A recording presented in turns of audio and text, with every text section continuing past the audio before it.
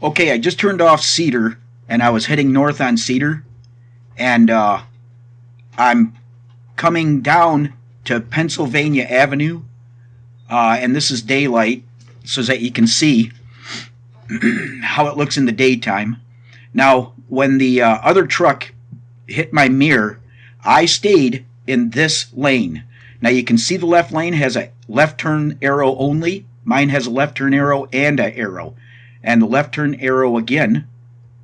And in the accident, we had to stop because it was a red light and there was no other cars in front of us.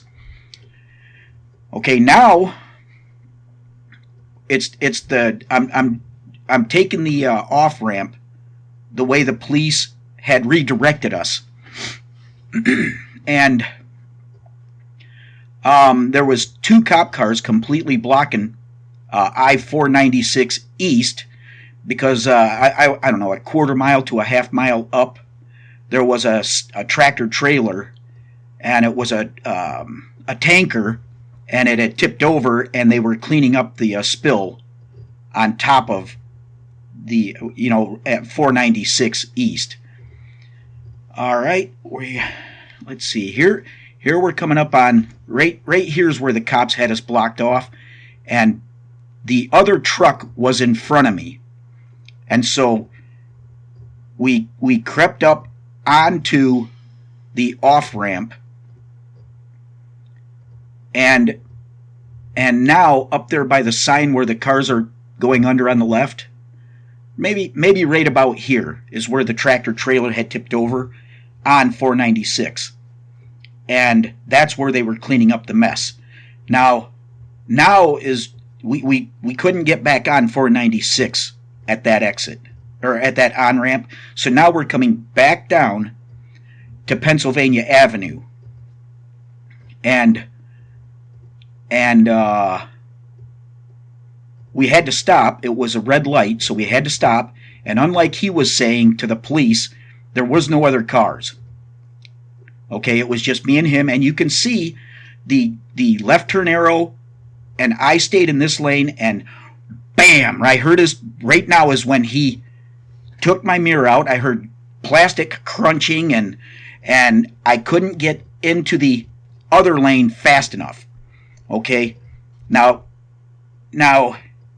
all I heard was his engine, and by the time I saw his nose, it was too late. He'd already hit me. Now, this is his plastic, and there's very little damage to the Johnston truck, to the truck I was driving. And let's see this next image. Okay, that he wrapped my mirror to the front of the truck, and I was able to just pull the mirror back in place. And he did break. There's a bracket on top, a cast iron bracket. He did break the cast iron bracket, but it just popped back in place. Now this is looking This is looking back to the intersection that we just crossed through, and this individual, he changed his story so many times. At one point, he said I wouldn't let him in. Another point, he said, what else did he say? He said that he was in the lane I claimed I was in. He said he was in the center lane, and I was the one that was in the other lane, to the right. And now, right here, there's a city worker named David Owens. His phone number is 269-243-1242. He's a Lansing city worker, and he did not see the accident, but he pulled up immediately after it was over, and now I was blocking a portion of Pennsylvania Avenue going north with the back of my trailer, and this is where I ended up. Well, Steve, he came up and he kind of acted like a mediator to keep everything calm until the police got there. And the individual point blank told Steve that he was up against the curb on the other side of Pennsylvania Avenue, and that I wouldn't let him in, and he said something about cars.